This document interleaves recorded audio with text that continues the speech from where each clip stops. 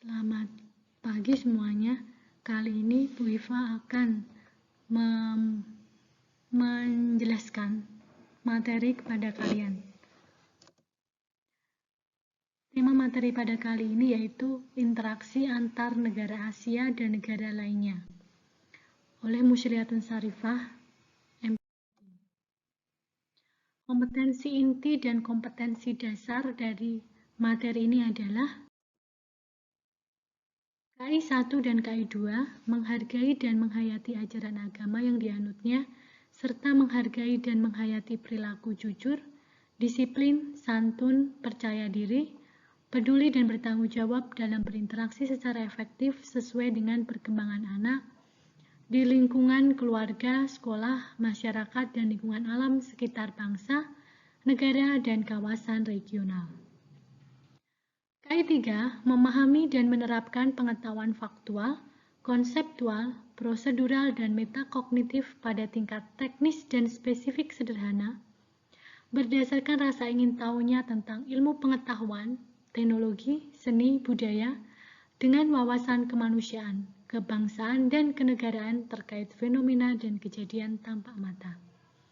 Untuk KI 4, menunjukkan keterampilan menalar, mengolah dan menyaji secara kreatif, produktif, mandiri, kolaboratif, dan komunikatif dalam ranah konkret dan ranah abstrak, sesuai dengan tujuan pembelajaran yang dipelajari di sekolah dan sumber lain yang sama dalam sudut pandang teori.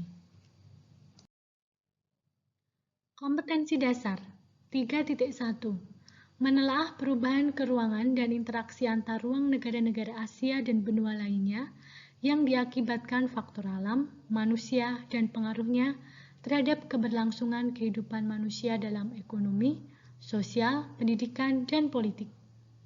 4.1 menyajikan hasil telah tentang perubahan keruangan dan interaksi antar ruang negara-negara Asia dan benua lainnya yang diakibatkan faktor alam, manusia, dan pengaruhnya terhadap keberlangsungan kehidupan manusia dalam ekonomi, sosial, pendidikan, dan politik.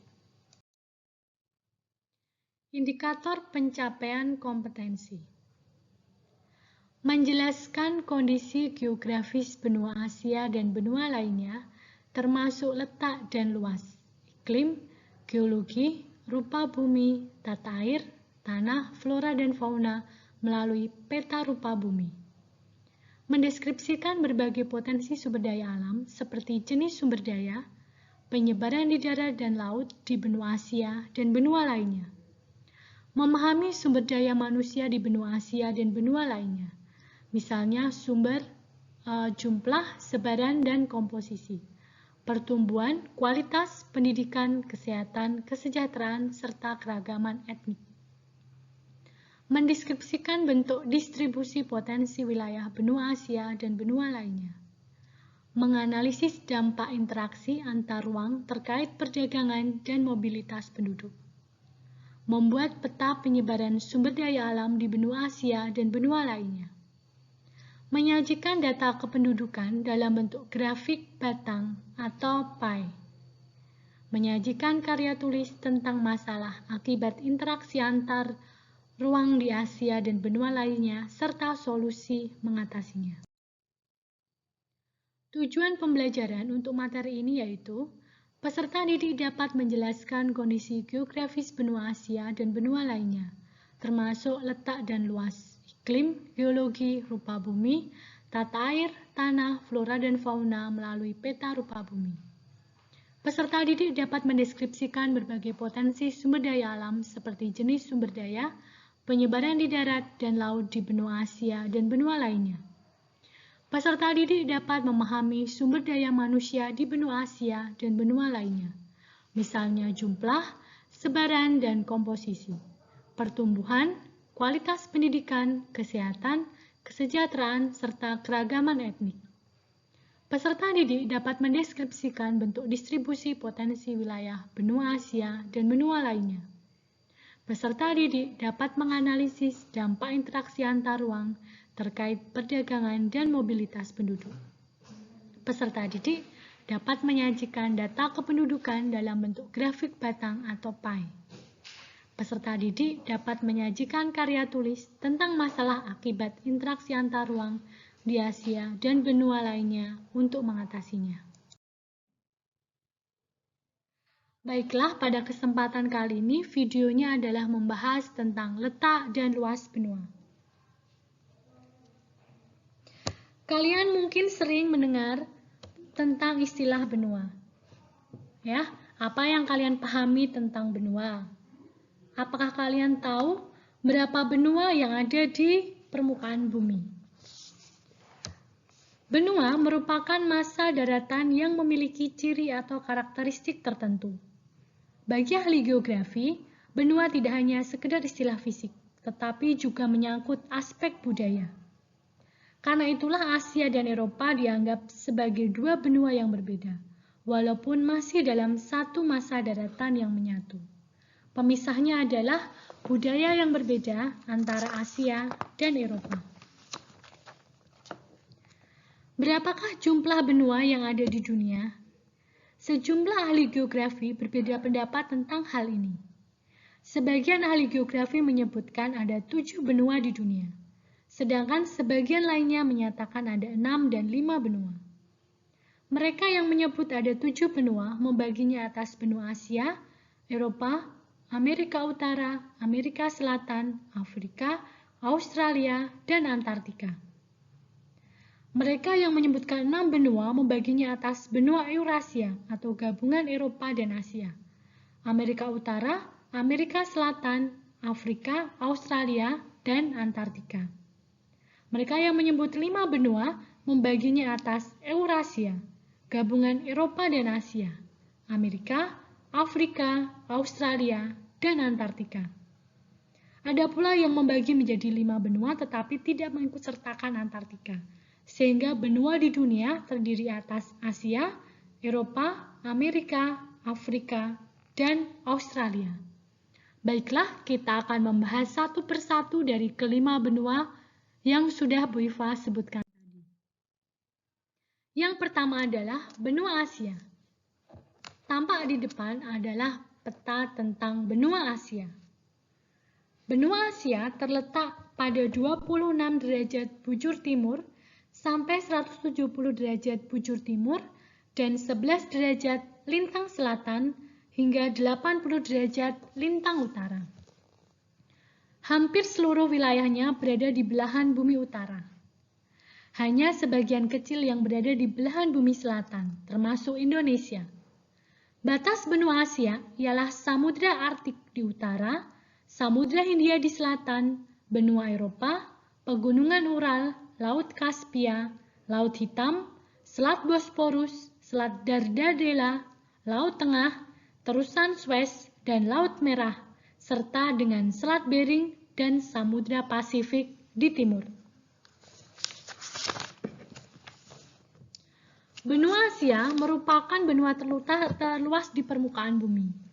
Luasnya mencapai 44 juta kilometer persegi atau seperempat luas wilayah daratan dunia atau 4,5 kali luas benua Eropa. Wilayahnya membentang dari Turki di bagian barat sampai Rusia di bagian timur. Benua Asia juga meliputi Indonesia di selatan sampai Rusia di utara mendekati kutub utara. Dibandingkan dengan negara lainnya di Asia, maka Rusia adalah negara terluas di benua Asia. Benua Asia terbagi menjadi beberapa wilayah, yaitu ada Asia Barat, Asia Tengah, Asia Timur, Asia Selatan, Asia Tenggara, dan Rusia. Ibu Iva ulangi lagi, pada benua Asia, Rusia adalah wilayah yang paling luas ada di benua Asia. Berikutnya, kita akan berpindah ke benua Amerika. Benua Amerika juga sering disebut sebagai benua merah. Sebutan itu didapat karena benua tersebut terdapat suku bangsa Indian. Suku Indian tidak berkulit merah sebenarnya. Kulit mereka terlihat merah karena suku Indian suka melumuri kulit dengan cat berwarna merah. Sehingga kalian sekarang tahu asal-usul bagaimana Suku Indian disebut sebagai suku berkulit merah. Benua Amerika terletak pada 170 derajat bujur timur hingga 35 derajat bujur barat dan 83 derajat lintang utara sampai 55 derajat lintang selatan. Batas benua Amerika ialah Samudra Arktik di utara, Laut Weddell, Samudra Atlantik, dan Samudra Pasifik di selatan. Samudra Atlantik di timur, serta Samudra Pasifik di barat. Benua Amerika merupakan benua terbesar kedua setelah Asia. Luas benua Amerika mencapai 42.057.100 km persegi.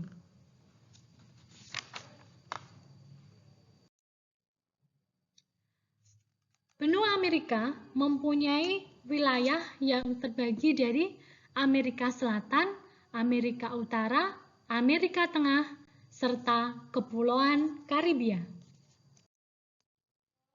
Setelah dari benua Amerika, kita akan menuju ke benua selanjutnya, yaitu benua Eropa. Benua Eropa dijuluki sebagai benua biru. Ada dua alasan kenapa disebut benua biru. Pertama, mayoritas penduduk Eropa memiliki bola mata berwarna biru. Kedua, sejak zaman dahulu, banyak kerajaan terkenal berada di benua Eropa, sehingga dikenal adanya istilah darah biru atau bangsawan. Secara spesifik, benua Eropa terbagi menjadi 4, yaitu Eropa Barat, Eropa Timur, Eropa Selatan, serta Eropa Utara.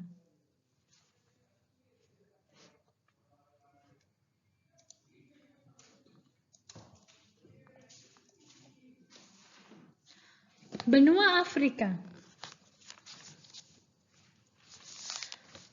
Kalau kalian mendengarkan istilah atau kata-kata tentang benua Afrika, apa yang kalian ingat tentang benua Afrika? Apakah kehidupan satwa liarnya seperti singa dan gajah, atau penduduknya yang umumnya memiliki warna kulit yang berwarna hitam?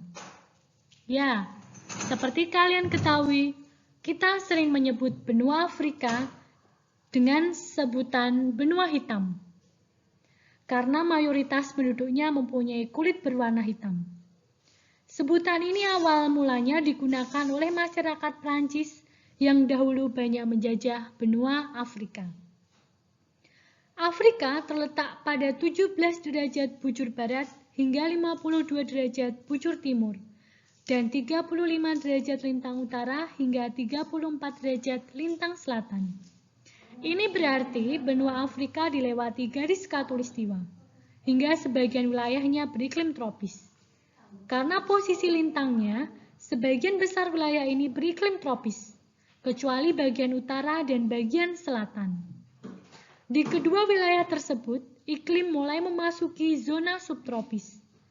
Keadaan iklim tersebut disebabkan oleh wilayah yang sangat luas dan dikelilingi plato. Benua Afrika berbatasan dengan Laut Tengah di utara, Samudra Hindia di selatan dan timur, serta Samudra Atlantik di barat.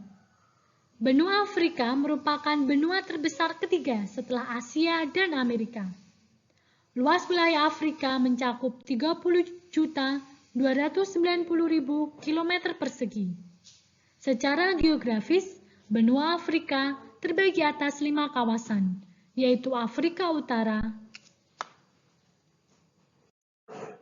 Afrika Timur, Afrika Barat, Afrika Tengah, dan Afrika Selatan. Kita masuk ke benua terakhir pada materi letak dan luas benua ini, yaitu adalah benua Australia. Apa yang kalian ketahui tentang benua Australia? Apakah tentang suku aboriginnya, tentang kangurunya, atau tentang open house yang sangat terkenal itu? Benua Australia memiliki ciri-ciri seperti yang sudah Bu Iva sebutkan tadi, dan kita dengan mudah akan mengingatnya.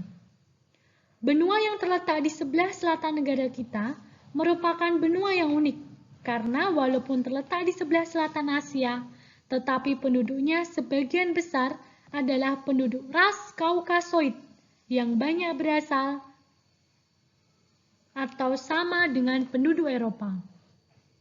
Australia terletak pada 113 derajat bujur timur hingga 155 derajat bujur timur dan 10 derajat lintang selatan hingga 43 derajat lintang selatan.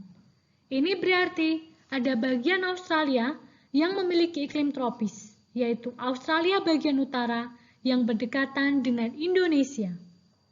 Sebagian wilayah lainnya beriklim subtropis dan sedang. Berikut ini adalah batas-batas geografis wilayah Australia. Sebelah utara berbatasan dengan Laut Timur, Laut Arafuru, dan Selat Torres. Sebelah timur berbatasan dengan Samudra Pasifik, Laut Tasman, dan Laut Koral. Sebelah selatan berbatasan dengan Samudra Hindia. Luas wilayah benua Australia adalah 8.945.000 km persegi, dengan lebar sekitar 3.200 km persegi dan panjang 3.700 km. Hanya satu negara dalam satu benua merupakan keunikan lainnya dari benua Australia, sehingga negara Australia memiliki luas wilayah yang sangat besar. Meskipun demikian, sekitar 2/3 wilayah Australia berupa gurun. Pertanyaan Bu Iva, kenapa sebagian besar wilayah Australia, sekitar 70%-nya adalah berupa gurun dan semi-gurun? Jawabannya adalah, salah satu faktor penyebabnya adalah karena letaknya berada pada zona turunnya massa udara atau kita sering menyebutnya dengan zona subsidensi. Zona tersebut berada sekitar 30 derajat lintang utara atau 30 derajat lintang selatan. Jika udara yang naik akan mengalami proses pembentukan awan, maka udara yang turun sebaliknya.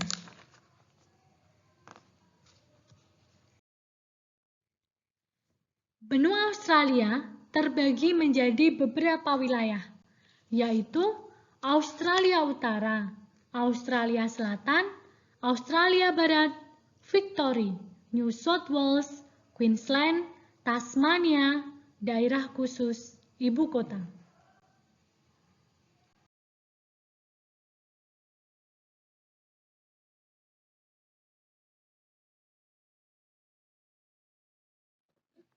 Baik anak-anak, sekarang kita akan masuk ke materi yang berikutnya, yaitu tentang kondisi alam negara-negara di dunia.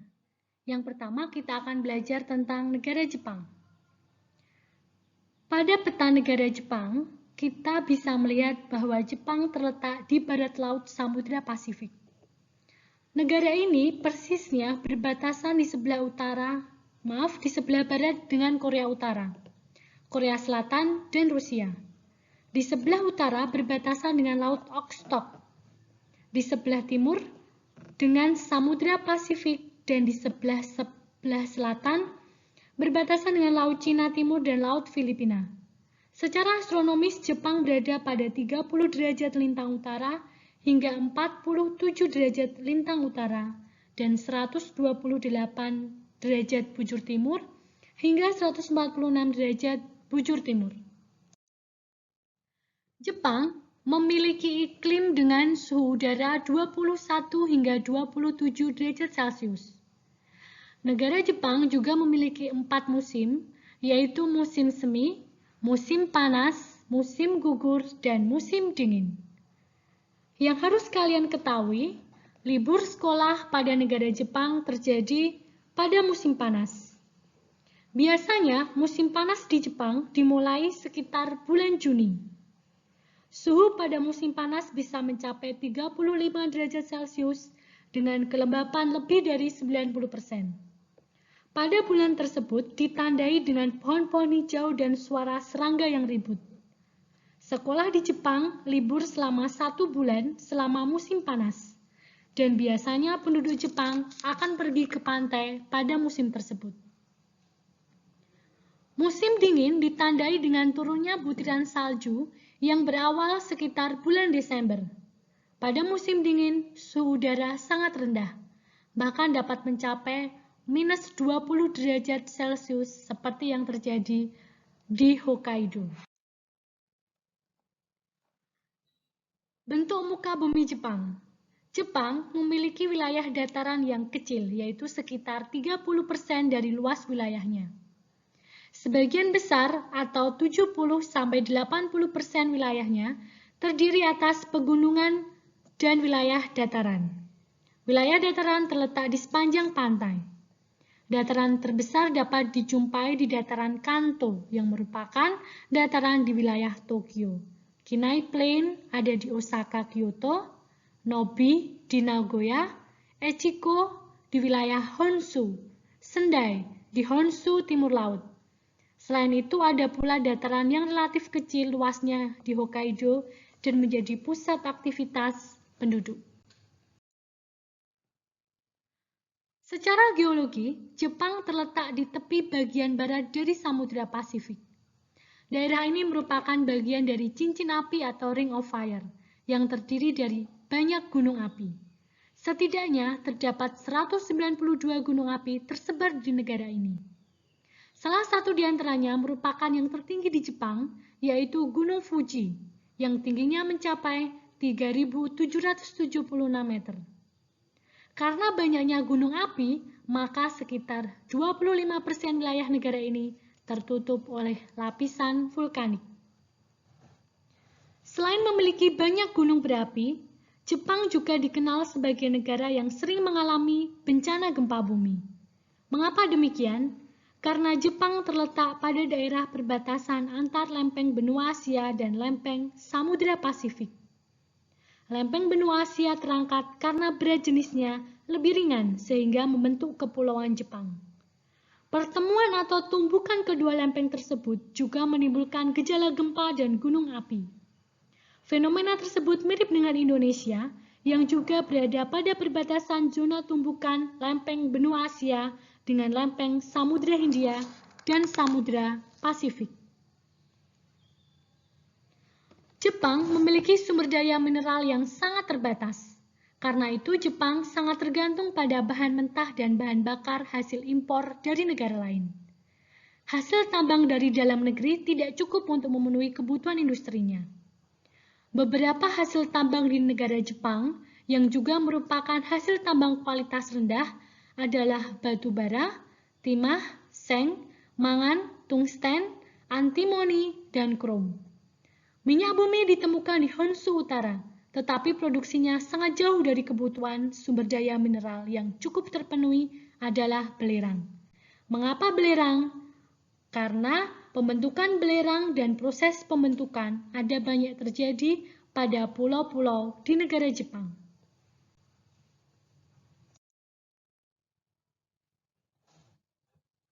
Kalian mungkin pernah mengira bahwa penggunaan lahan di Jepang didominasi oleh daerah perkotaan dengan pemukiman dan industri. Perkiraan tersebut dapat dipahami mengingat Jepang merupakan sebuah negara maju atau negara industri. Ternyata faktanya adalah justru 67% wilayah Jepang masih berupa hutan. Beberapa jenis tumbuhan yang dapat dijumpai diantaranya adalah pohon ek, bambu, maple, birch, beech, dan poplar. Kemudian hewan di Jepang telah banyak berkurang. Dulu negara ini dapat ditemukan babi hutan, monyet, serigala, dan Rusia. Namun kini jumlahnya terus berkurang. Kondisi penduduk di negara Jepang. Jepang memiliki penduduk sekitar 126,9 juta jiwa menurut sensus penduduk di tahun 2015. Walaupun jumlah penduduknya besar, tetapi ada kecenderungan terus mengalami penurunan. Angka kelahiran di Jepang relatif rendah, sehingga terjadi penurunan jumlah penduduk. Pertumbuhan penduduk Jepang min 0,1% setiap tahun. Sementara itu, jumlah penduduk usia lanjut semakin besar karena keadaan kesehatan yang lebih baik. Sebagian besar penduduk Jepang bekerja di luar sektor pertanian. Perkembangan industri yang pesat membuat sebagian besar penduduknya bekerja di sektor industri. Pada tahun 2013, usia harapan penduduk Jepang mencapai 86 tahun untuk wanita dan 79 tahun untuk pria. Atau jika digabung, mencapai 83 tahun. Angka ini merupakan yang tertinggi di dunia. Ini menandakan bahwa kebiasaan hidup sehat dan pelayanan kesehatan di Jepang sangat baik. Berikutnya adalah Amerika Serikat. Amerika Serikat terletak pada 24 derajat 33 lintang utara dan 70 derajat 23 lintang utara dan 172 derajat bujur barat dan 66 derajat bujur barat. Negara ini berbatasan dengan Kanada di sebelah utara, Samudra Pasifik di sebelah barat, Samudra Atlantik di sebelah timur, serta Meksiko, Teluk Meksiko, dan Kuba di sebelah selatan. Amerika Serikat juga memiliki negara bagian yang terpisah dari daratan utamanya, yaitu Alaska yang terletak di bagian barat Laut Kanada. Iklim Amerika Serikat sangat bagus dan luas karena memiliki beberapa jenis.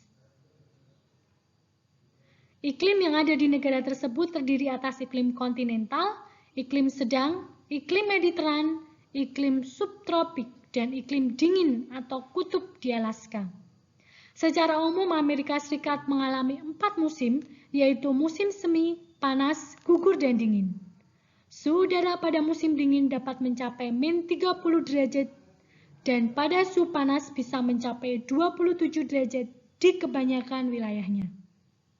Curah hujan di wilayah Amerika juga sangat bervariasi. Di pantai barat, curah hujan bisa mencapai 2.500 mm per tahun.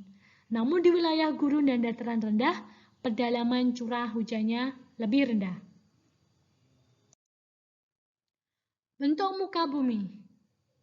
Kalau kita ketahui, di wilayah Amerika Serikat terdiri atas 2 rangkaian pegunungan besar, yaitu pegunungan Rocky Mountain di bagian barat dan pegunungan Appalachia di bagian timur.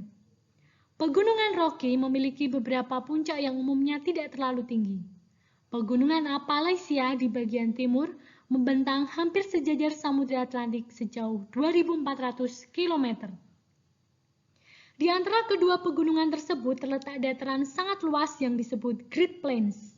Sejumlah sungai mengalir melalui daratan tersebut dengan sungai terbesarnya adalah Sungai Mississippi. Sungai Mississippi adalah sungai terpanjang kedua di Amerika Serikat setelah Sungai Missouri. Di bagian utara yang berbatasan dengan Kanada, terdapat sejumlah danau besar atau disebut Great Lakes. Danau besar tersebut adalah Danau Michigan, Danau Huron, Danau Superior, Danau Erie, dan Danau Ontario. Amerika Serikat adalah sebuah negara yang kaya akan sumber daya geologi. Amerika Serikat menghasilkan banyak sekali kekayaan alam yang bisa mereka pergunakan. Di antaranya adalah batu bara, minyak bumi, tembaga, fosfat, timah, dan besi. Selain itu, Amerika Serikat juga memiliki dataran yang sangat luas dan cukup subur. Dataran tersebut banyak ditanami tanaman sereal, terutama jagung, dan dijadikan daerah peternakan. Untuk flora fauna yang ada di Amerika Serikat, di bagian timur masih terdapat hutan lebat, ditumbuhi oleh banyak pohon pinus. Kemudian ada juga padang rumput, ada pohon maple, pohon elm, dan pohon oak. Untuk hewannya, ada bison, antelop, beruang, domba, dan rusia. Selain itu, ada juga buaya kardinal di kawasan selatan dan Karibia. Kemudian ada beruang kutub, anjing laut, serta paus di kawasan Alaska. Untuk keadaan penduduk di Amerika Serikat adalah penduduk aslinya adalah suku Indian.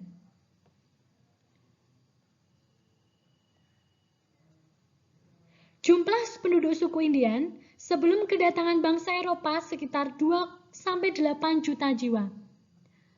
Selain itu, kedatangan bangsa Eropa membuat suku Indian semakin terpinggirkan secara jumlah dan sosial ekonomi. Selain Indian, terdapat orang Eskimo di Alaska yang jumlahnya relatif kecil. Sebagaimana negara maju lainnya, sebagian besar penduduk Amerika bekerja di luar sektor pertanian atau yang mengandalkan sumber daya alam. Komposisi penduduk berdasarkan sektor pekerjaannya yaitu sektor manajerial, profesional, teknik, penjualan, perkantoran, transportasi, dan jasa.